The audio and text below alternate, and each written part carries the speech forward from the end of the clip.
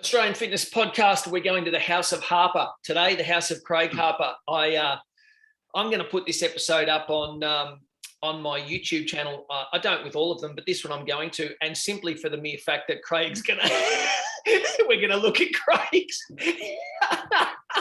unruly haircut. Well, that's very unfair. Like, you didn't even tell me that. In fact, all you did was bag the shit out of me before we went live. And you told me that my hair looked like crap. And I said, well, I set you up.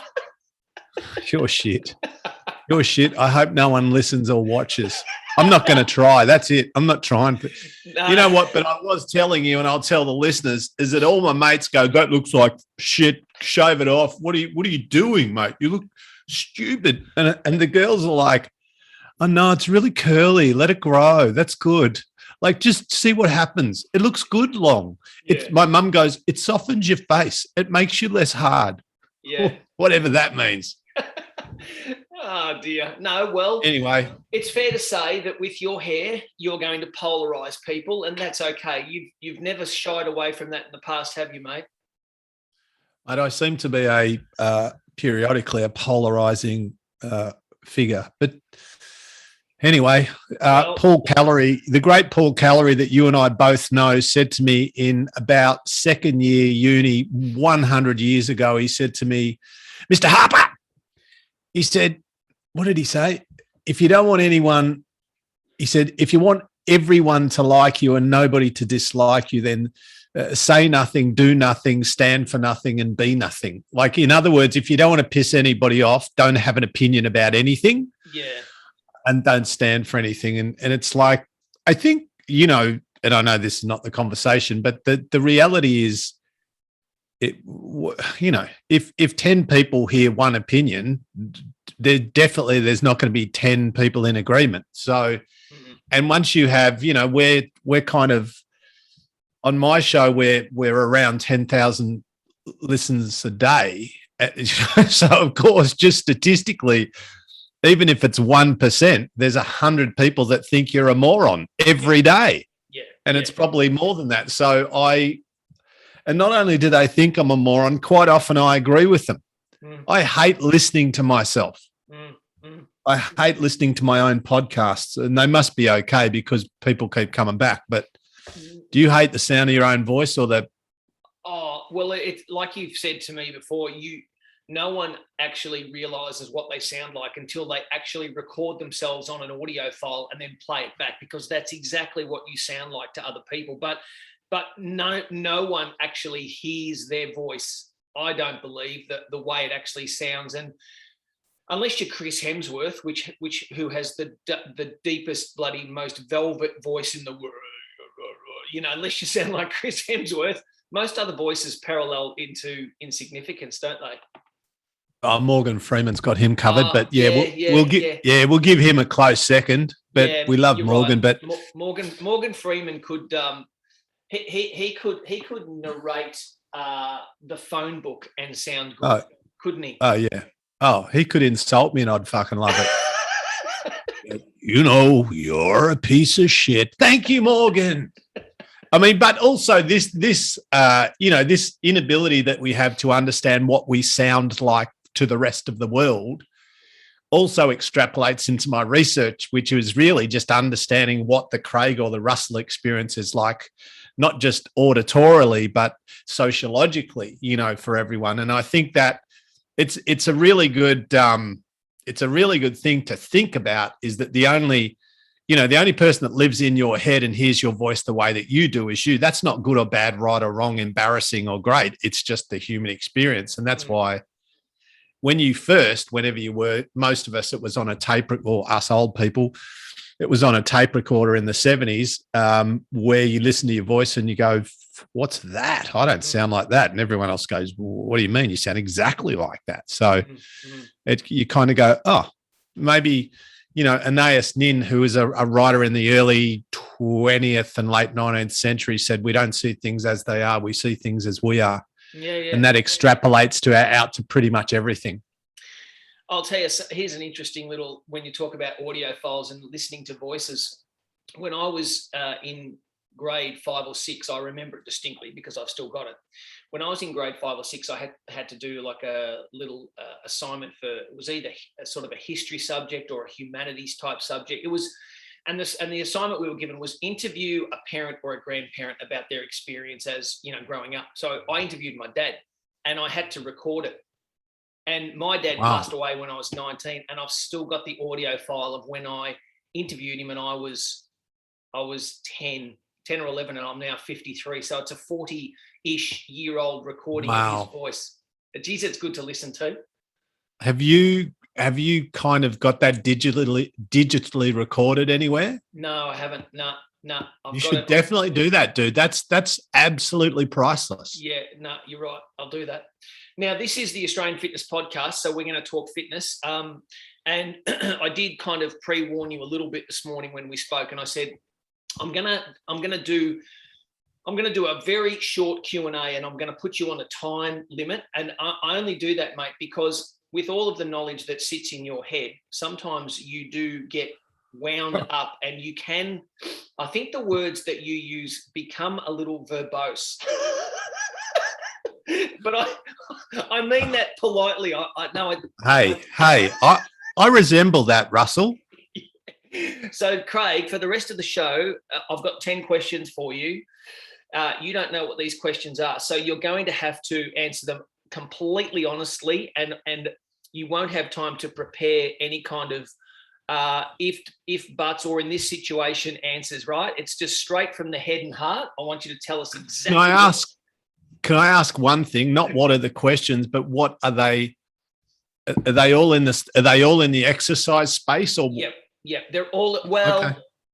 Yes, they're all in the exercise training space. Now, for the listeners to the Australian Fitness Podcast, you've heard Craig speak before. You know Craig's background, but I won't expand on it now. Suffice to say that he is an expert both academically and experientially in this field. So the answers to the questions you're going to hear are based on academic understanding and experiential learning and businesses and training and so forth over the last 35 plus years. So you're an authority. What I'm trying to say here is you're an authority. So we need to listen to what you say. So question 1, you've got 3 minutes. And I'll put my stopwatch on.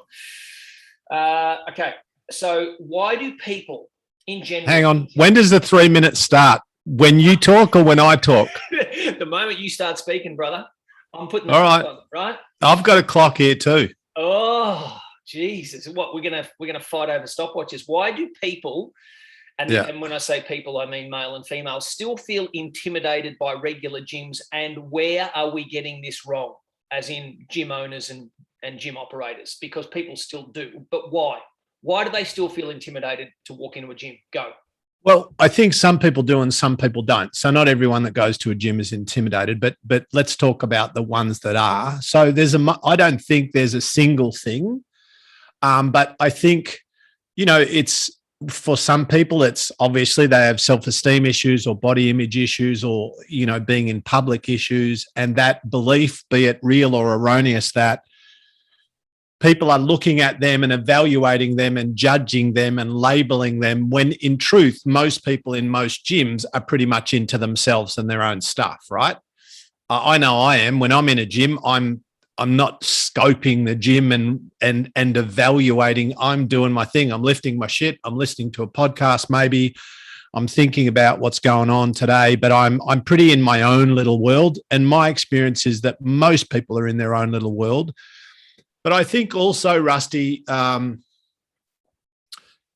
al., I think that some gyms are not great cultures and some gyms are not great environments to be in. And I think that there are some gyms, some training facilities that are very well equipped.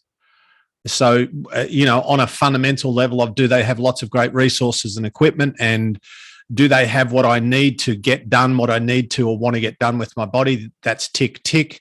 But then is this a place I like to be? Is this do I like the energy here? Do I feel well received? Do I feel accepted? Do people acknowledge me? Do I feel valued? Do people talk to me?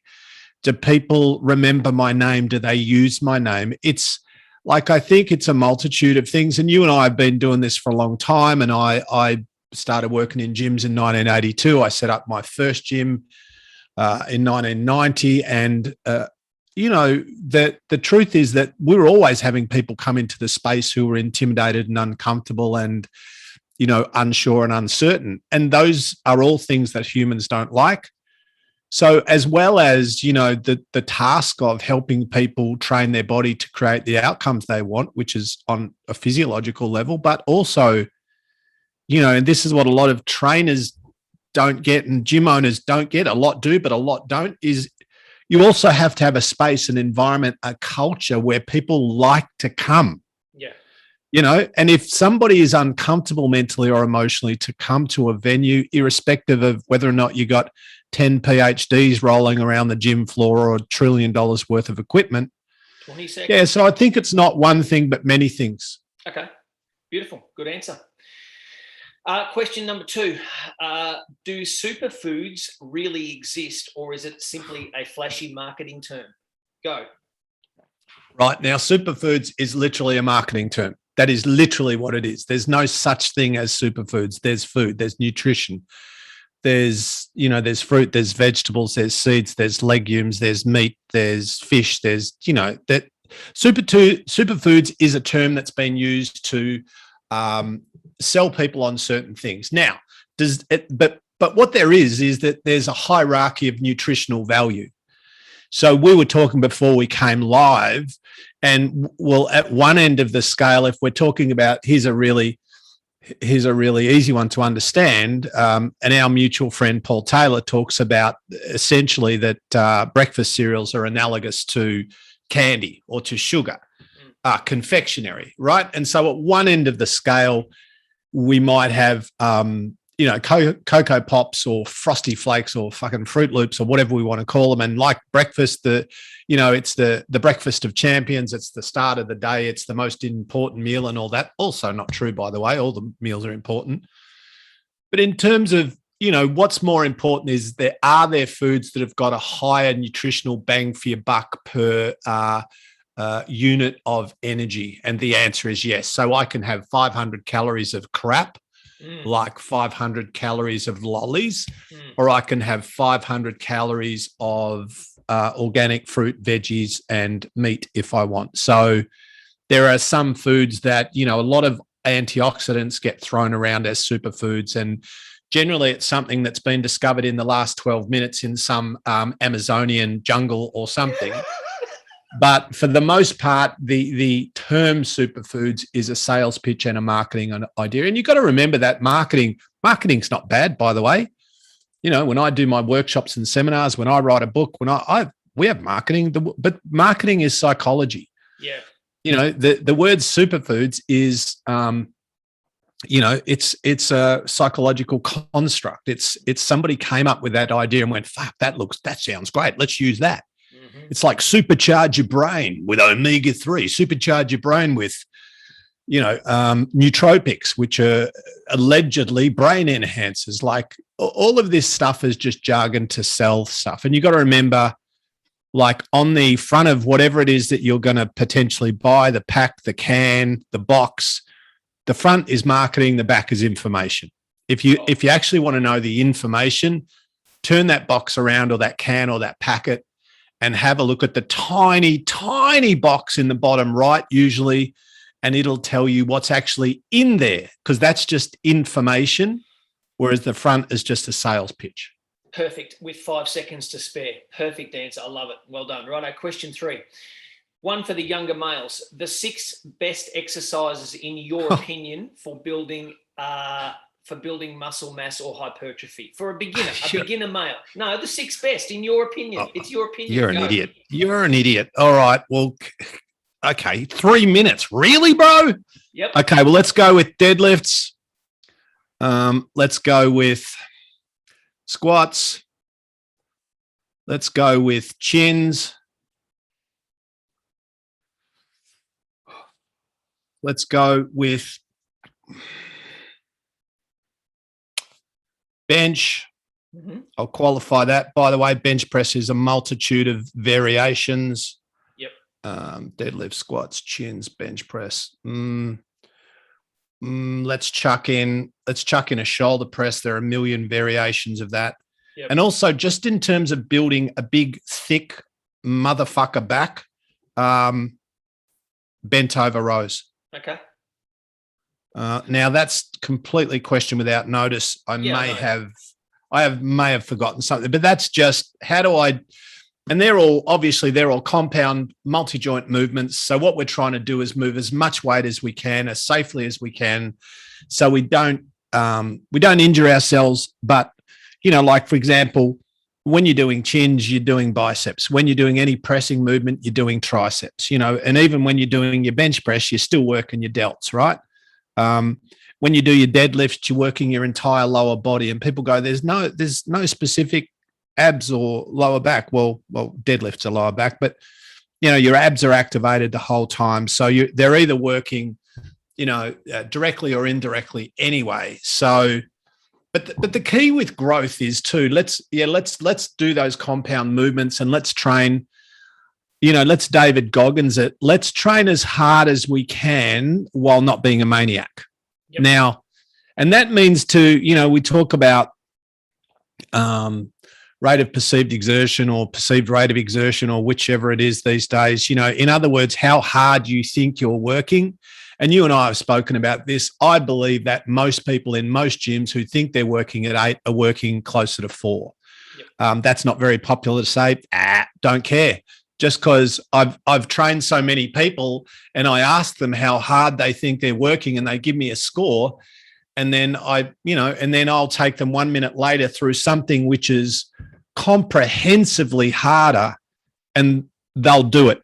Yep. And they'll do it because I've told them that I believe they're not working at the level they think they are. And that's a compliment, right? It means I think you've actually got way more strength and ability than you're currently tapping into. Yep. So if you can't do this, you can't, but just do one thing for me. Give me 100% for one set. Don't overthink it and let's see what happens. And generally they surprise themselves. You've got a stopwatch with you as well, haven't you? Because I'm like, you finish like almost to the second. Good answer. Do I? Yeah. Well, the last 2 questions you've finished with 3 or 4 seconds to spare. Have you got a stopwatch? Or do you want me to go over? You just want me to go over time so you can go time? Yeah. I'm waiting to jump on you. Right. Question 4. Doing beautifully. Question 4. You're not going to like this one, but I don't care. Supplements. Overrated or underrated? Go. Oh dear, supplements. See, again, a slippery slope. And it's like going, what do you think of humans? Well, there are shit humans and great humans. It's like, as a rule, take them or leave them. Some of them I love, some of them, nah. Look, supplements are, okay. Supplements can be valuable when you are lacking whatever that thing is. Now, a supplement doesn't have to be a bodybuilding supplement or something you get from a sports sup store per se. A supplement can be vitamin C.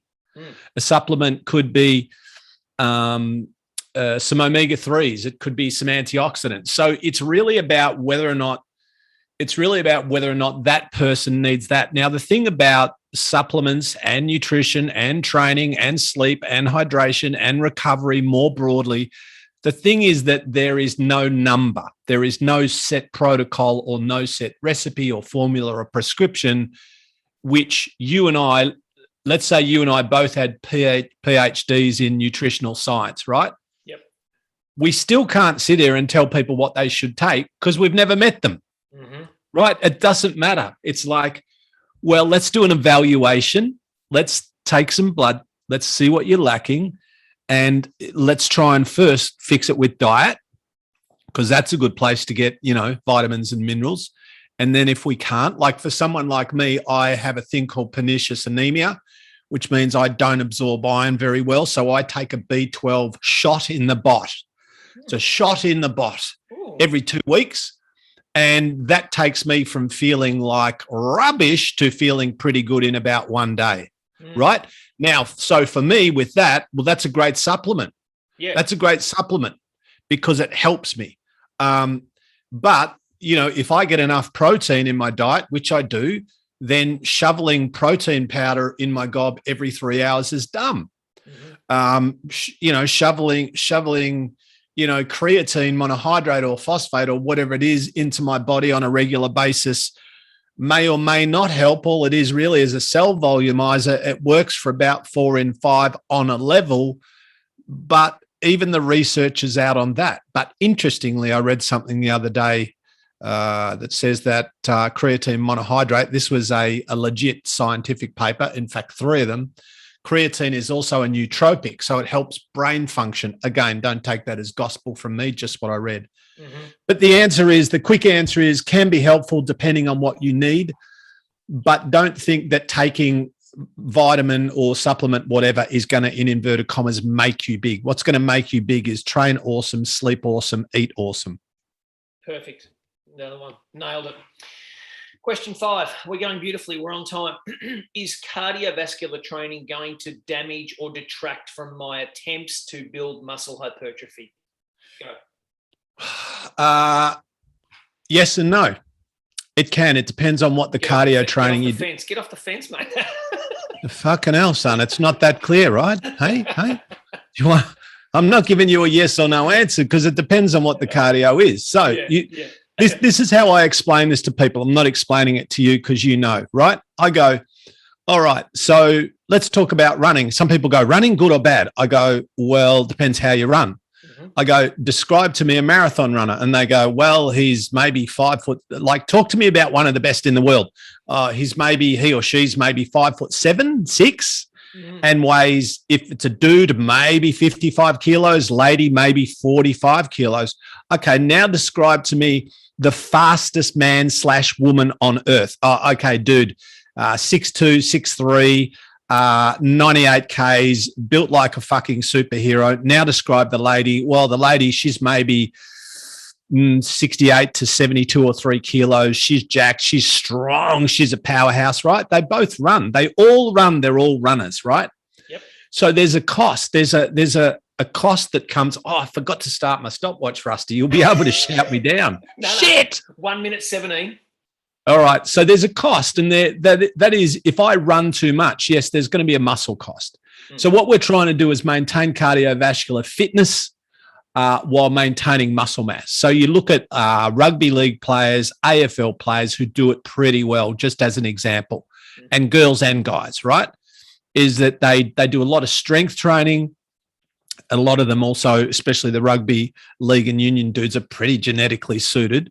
But they do, but the cardio work that they do is generally interval type stuff, shorter, harder, decent recovery. And the old days of doing like 5K time trials, as a rule, doesn't happen anymore because it tells you nothing other than how well someone runs 5Ks. Yep. So bottom line is the right cardio will help you. What do I think you should do? Just broadly speaking, not a prescription, shorter, harder. At the moment I've upped my cardio from 3 Ks of walking a day, which I didn't realize how little I walked, to 10. So every day I'm walking 70 Ks a week at the moment. Wow. 30 seconds.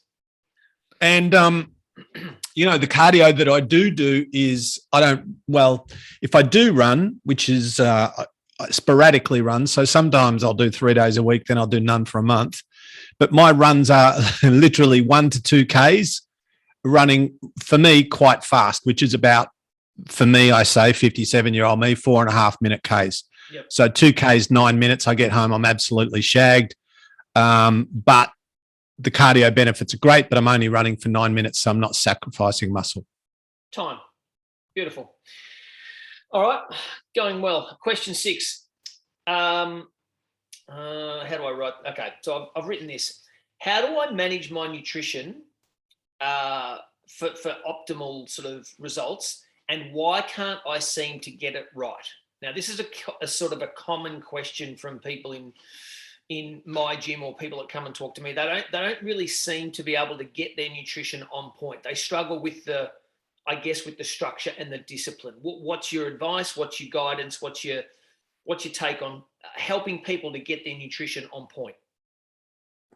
So I wrote a book a few years ago, which I'm definitely not selling, called Pull Your Finger Out, terrible title, good book. And one of the chapters in that book was called Conscious Eating. And so everyone has a relationship with food. And some of us have a healthy relationship. Some of us have a tempestuous, on again, off again, I hate you, fuck off, you're a bitch relationship. And some of us, it's really toxic. And you know me really well, and you know my backstory. And so even though I was, when I was, you've seen me at probably 80 kilos, Rusty, and you've probably seen me at 110 or 15, right? Yep.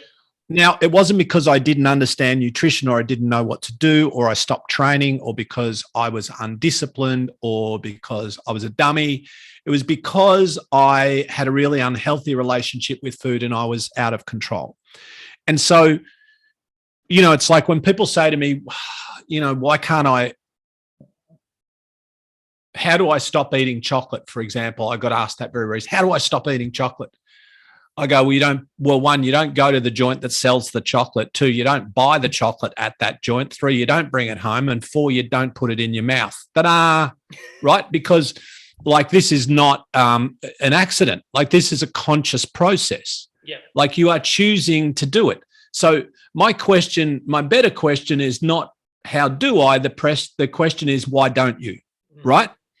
So, and the reason that we don't is because while we like the idea of changing our habits in our body and eating clean and being lean and operating in a better state, this is one of the reasons anyway, is that chocolate tastes fucking amazing, right?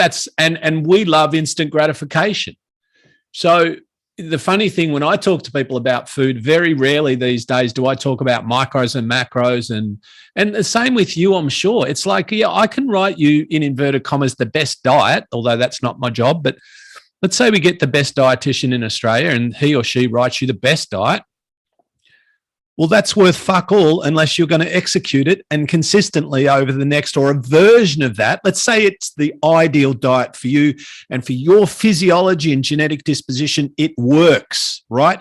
Yep. It gives you optimal performance and function and health and all that shit that you want. Well, that's not the answer. That's just the map. The answer is you. Yeah. The answer is, will you do that? And the answer truly for many people is no, I won't, but I love the idea because we don't like hard stuff, and changing your operating system around food and not bullshitting yourself around food and being real and honest and self-aware and owning up and stepping up is hard. It's hard, but it's not complicated. Okay. It's hard. I'll tell you what's hard. It's hard for you to answer a question in 3 minutes when I've seen you do a 3-hour seminar on the same question. Well, I know that I've got 10. How you going, mate? Am I you do it. I can't even sip my coffee. And for all the people, can I suggest that nobody watches this on YouTube, because I'm suggesting it wouldn't be a pretty sight? That's all right.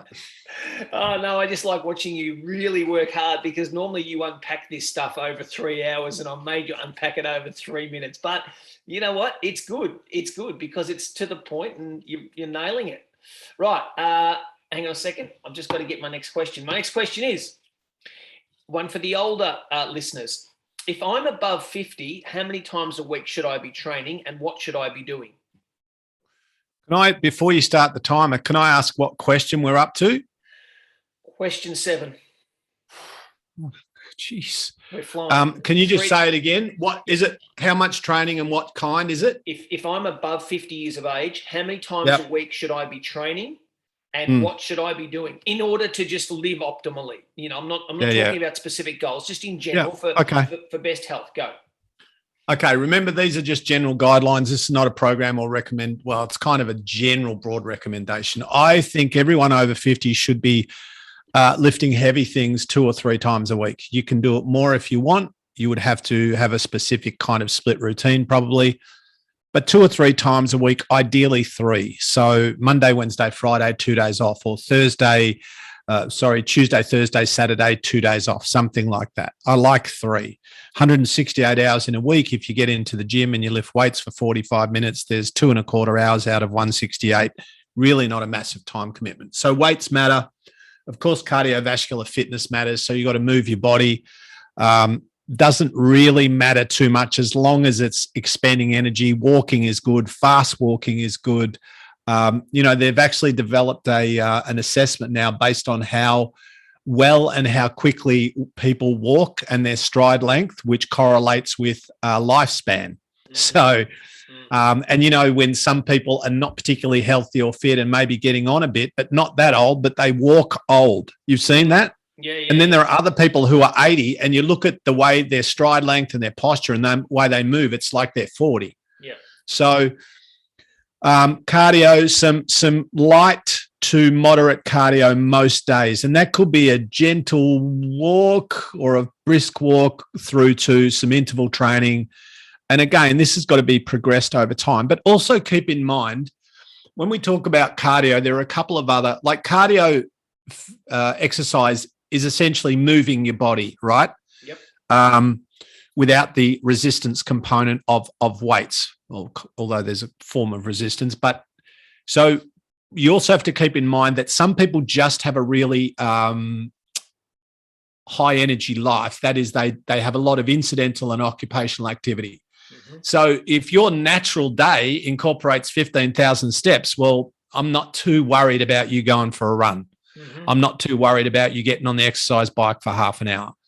But if you're like me right now, which is I'm studying full-time and working full-time and sitting at a microphone often, sitting on my ass, then I have to consciously get up and go and walk, because otherwise I won't be doing 10Ks a day. I'll literally be doing 500 meters. Yep. But if you have what we call incidental and occupational activity levels that are relatively high, then doing cardio in inverted commas is not so crucial. The other thing, of course, is just making sure, we don't talk about this a lot. We don't talk about posture a lot, but training your postural muscles, so that can happen, training and stretching the right postural muscles so that you don't 10 seconds. Move, I mean this respectfully, and walk and look like an old person with that kyphotic posture. Good. All right. There's a lot in that. By the way, as people are listening to this, because we are going quite quickly, they may have to just go back a few seconds and just listen to this a few times, because there's a lot of quality information in a very short space of time. But that's okay. That's quality. It's density of information, isn't it? Well, it's calorie packed. It's energy dense. Yeah. All right. Next question. You're not going to like this one, but I'm again. Can you stop putting me in a negative space before you even ask the question? I just know you, though. I know you. Machines versus free weights. Which is better? Go. Bullshit. All right. Well, actually, so when we're talking about, people know. All right. So machines, it depends what we're talking about, but like some machines, like a cable crossover, where the cable can be elevated and lowered. It can operate at a generally like 180-degree range. There's a lot of versatility and flexibility with that particular machine. So you can do literally hundreds of exercises. So that's a very functional thing. Then you get at the other end of the functional scale with machines, a pec deck, yeah. Where essentially it's a $6,000 machine that you're doing flies on. Yeah. Now, I don't hate those. I use them, but it's not the most functional thing in the world because there's not a lot of bang for your buck, right? So I think about that as a former gym owner and someone who bought a shitload of equipment over the time. In terms of just what works better, well, I actually, perhaps to some people's surprise, I like some people who don't have any training background or much of a training background, who aren't strong, who aren't confident. I like them starting on machines that require far less skill and balance and coordination, because what it does, even like on a pin-loaded bench press or a pin-loaded leg press, you're still working against resistance. Yep. But it doesn't require balance, and it doesn't require extreme confidence or experience or skill. So the good thing about starting off doing, for example, a sitting up chest press, which is pin loaded, which is essentially a vertical bench press, or a lying down bench press pin loaded, is that it starts to condition your body to move that weight in that plane of movement without having to use your shoulder stabilizers and all of those things. So it's a good starting point. Yep. Over time, training in different planes of movement with kettlebells and dumbbells and barbells and all the other bits and pieces, the bits and bobs that aren't fixed to the ground, is obviously a lot more functional.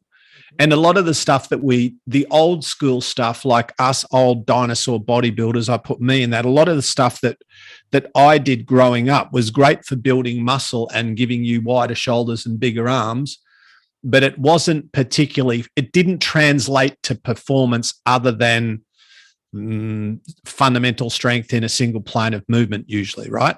So what we want, and life operates in lots of planes and lots of ranges of movement and lots of angles, and we're generally always off balance. So it's like turning to your left and picking up your kid from the ground.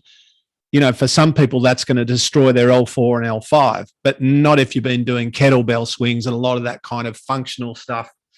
So both have a role is my answer. And I could have gone on for 20 minutes on that, but you cut me short. Correct. Thank you. Good answer still, nonetheless.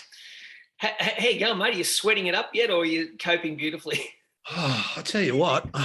Did you get my invoice? Because I haven't seen it. I checked the old NAB account before and nothing. So I hope that by the time we're done, that money's hit, because I'm working my ass off. Check your junk folder. It could be in your junk or your spam folder. Good. I find in my junk folder, you dickhead. That's what I find in there. Right. Next question, number 9. We're nearly there. Hang in there, big man. Should my teenager join a gym? Yay or nay? Go. Well, again, let's go pros and cons, because the answer is maybe. It's if your kid is an athlete or a gymnast, or of course a gymnast is an athlete, but if your kid is already physically active and in good shape and healthy and functional, then probably not. Unless they go, I really want to, well, then no harm at all. And done the right way, really good. But if your kid, or at the other end of the scale, if your child is not particularly athletic and they're not super healthy, and again, we're not talking about ego or Instagram or body fat percentage, we're talking about wellness, we're talking about health, then definitely it can be good for your child to train in an environment with a structured program and people that support him or her. So, and despite what some people think, children can actually train. I'm not talking about 8-year-olds. I'm talking about 14, 15, 16-year-olds. You did say teenagers, didn't you? Teenagers. So I was kind of, when I wrote the question, I was thinking around 15 and up. Yeah. So, despite what some people say, kids can train hard. Kids train hard anyway. Like, have you ever seen a gymnast? Have you ever seen an elite swimmer? Have you ever seen, elite basketballers, netballers, footballers? They get absolutely flogged. Or even 8-year-olds, 7-year-olds on trees or monkey bars, where they're literally lifting their own body weight. People go, oh, they shouldn't lift anything more than 4 kilos. Well, when that 8-year-old girl is swinging on the monkey bars, she's lifting 30 kilos or 35 kilos, depending on what her body weight is. So, of course, it needs to be done methodically and intelligently, but sure, kids can actually train quite safely, in my opinion, as long as it's executed the right way. Okay. Well, you nailed that one in 2 minutes and 5 seconds. Okay, good. All right, last question, and we might even have a little bit of, free time at the end for anything else. Oh, really? You're nearly gone. I just checked. The money's not there. Last question. Does intermittent fasting work for all ages and populations? Or let's say all ages. What's your opinion on that? Who should? All right, keep in mind. Yeah, keep in mind I'm not a diet. Keep in mind I'm not a dietitian. So this is just an opinion. Just an opinion, but yep. Look, I actually think this is just my instinct and my experience. So I do a weird version of intermittent fasting. So most people, they do something like they eat their last meal at 7 o'clock at night, 6 o'clock, 7 o'clock, and then they don't eat till whatever, midday or 1 o'clock the next day. So they essentially have 18 hours, 16 hours of not eating. I think very typically is 16 hours of no food and 8 hours of food. And anecdotally, lots of people get good results with that. Yep. And I think that what we need to keep, and I don't want to digress from your question. So I think for the most part, it's not a bad way to eat for many people is my answer. I don't eat lunch anymore. I eat breakfast.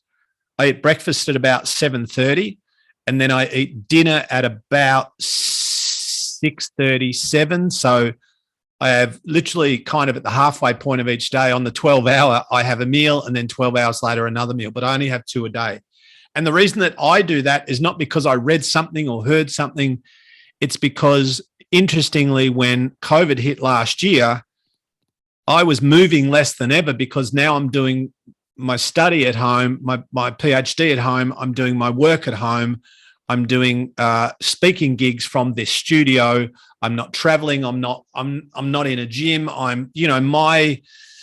My incidental and occupational activity fell through the floor and I gained some weight. I wasn't huge, but I gained 4 or 5 kilos, and on my body, that's really noticeable. And I went, well, fuck it. I'm just going to skip lunch for a week or two and see if I can rectify that and move. And what the unexpected benefit for me was when I would get to 2, 3, 4 in the afternoon, where I would often hit the energy wall, and my brain's like, nah, let's go have a snooze, right? Yeah.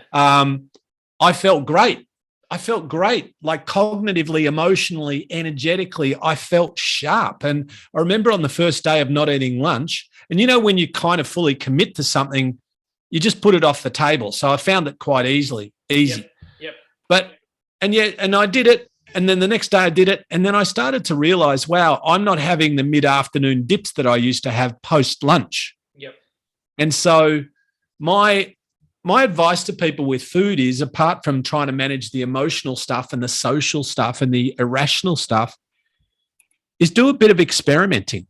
Just see how your body, it's like some people can drink all the milk they want. Some people can't have half a cup. Yeah. They're for the next 5 hours, right? Some people eat fish and it works well. Some people, it's like there is no set protocol for food. So, and all of this is about, and I know I'm over time, is about, trying to figure out what works best for us. But intermittent fasting, for many people, just because I think we're chucking less food in, I think it can be a good thing. Cool. Beautiful. Okay. Well, that's the end of your 10 questions. We've covered a bit of turf. We've done well. Did I pass? I've said 5 words, but you've done beautifully. You've carried the episode, mate, on your shoulders. Well, you did give me 3 minutes to talk nonstop. So did I pass? Yeah, you passed easily. You smashed good. it. Thank goodness, because I'm insecure and I need affirmation. I put this episode together for 2 reasons. One is because I just knew you'd have good answers to all of those questions, but also too, it was hard at times for you to I guess to answer the question to your level of satisfaction, because as you said in a lot of the answers, it depends. And that's what I think the summary to what I would add to all of this is it's very rare that there's one simple, straightforward, concrete answer to these types of questions, because in most situations we're dealing with human bodies, as you know, we all respond differently, react differently, and are stimulated differently. It depends. The answer is it depends. That should be that should be the title of the show. You should just call it Depends, and then explain that in the overview, because it does. I mean, and this is one of the challenges in this health wellness space, and even in the psychology space, mental, emotional health space. Understandably, people want an answer. What's the answer? How much water should I drink every day, Harp? So I go, well, it depends. Are you sitting on your ass or are you running in the sun? Like, do you weigh 60 kilos or 90 kilos? Because that makes a big difference. Do you have a diet that's high in water content? Do you eat lots of fruits, lots of salad, lots of veggies? Because if you do, you need to drink less water than the bloke who lives on fucking, Doritos, right?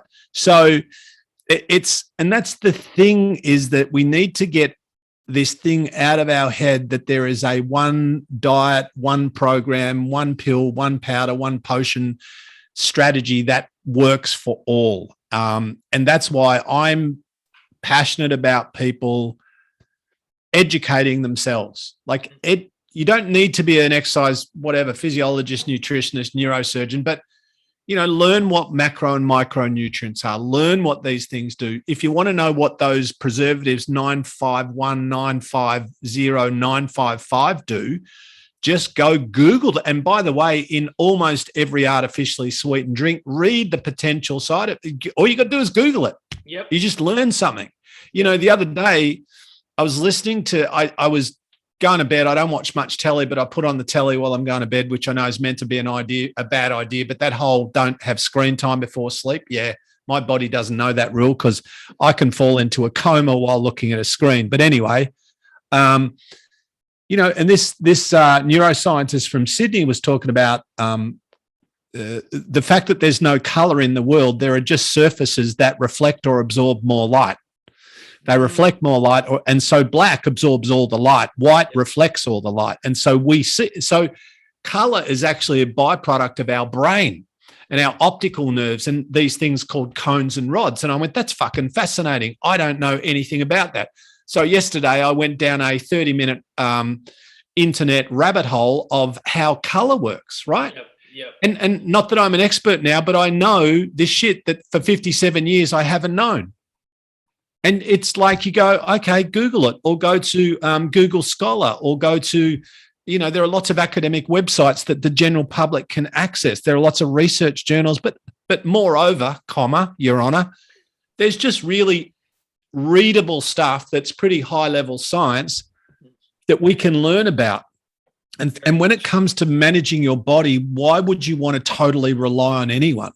Yeah. And you've got to remember that even someone like Russ, who's got a master's degree and has trained thousands of people and worked with elite sporting teams and, the best athletes in Australia and AIS athletes and all that stuff, even when Russ writes a program or I write a program, I give advice, we're guessing. It's a very educated guess, but it's a guess because we don't know exactly how that individual or their body, not the same thing, by the way, the individual or their body will respond to that particular stimulus. So what we do is based on lots of education, training, knowledge, observing, experience, understanding, we make our best guess and then we go, let's try this and see how your body responds. And that's really, there's no reason why we can't train ourselves about our own body in that way. Exactly. And that's probably the thing that most people need to be concerned about is what works for you. Don't worry about what works for your your mate or your neighbor or your cousin or whatever else. Don't worry too much about what their program looks like or what workout, and worry more about what works for you. What's your body telling you? Yeah.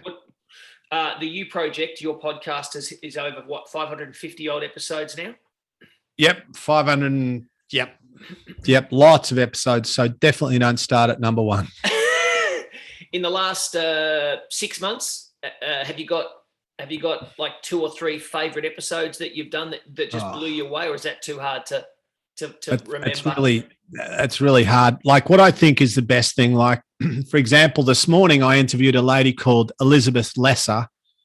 Now, I know you're not a particularly spiritual dude, but maybe you are under that. But like, for example, this lady, she's worked with Deepak Chopra, with the Dalai Lama, with Eckhart Tolle. She's been on Oprah 20 plus times. And I thought, when you're interviewing someone like that, and not only that, she's not just this spiritual kind of font of information, but also psychology and emotion and human behavior. And she's such a sweetheart, right? Yeah, and she's such an awesome human that I'm like, I actually feel, sounds cliche and a bit cheesy, but I feel really privileged genuinely feel privileged being able to talk to these people, because I'm talking to people every day who are smarter than me, definitely smarter than me with other things, right? Have got insights, experience, understanding, awareness that I don't have. Yeah. And to be able to, like, there's no way in the world I could get to talk to this lady without having a vehicle that is the U project, right? So Yeah. it just opens up, like I'm having a 1 hour conversation. So there's lots of, and it's, I mean, you talk to some, apart from me, let's call me the low light of the bloody stable, but you talk to lots of awesome people as well. And, you know, for me, it's just a gift. So, but if you're going to have a look at the U project, just literally just scroll back and see who interests you. I spoke to a bloke the other day, wasn't mind blowing, but it was interesting, who went to Antarctica in 2019 to lead an expedition to be a station manager in Antarctica for research and all that. 34 years old, ex-soldier, 12-month thing. COVID happened, stayed there for nearly 2 years with 1 year's worth of supplies. God. By himself? Well, a bit more. No, him and a team. Right. A team of about 90. Jesus. And you go, oh, yeah. So what's it like living in Antarctica in a, you know, so it's just like just shit you never think about. I'm like, that is really interesting. Like, okay, and what about dynamics? And was there any bed jumping? Was there like, what's going on there? And what about fresh food? And what about how could you work out and how cold? You know, like he goes, well, you could literally walk outside with a pot of boiling water, throw it in the sky, and it freezes in the sky and hits the ground hard. Oh.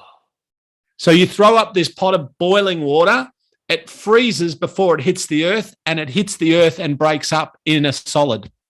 Oh, no. That's how fucking cold it is. And that's crazy. This is how hardcore they are.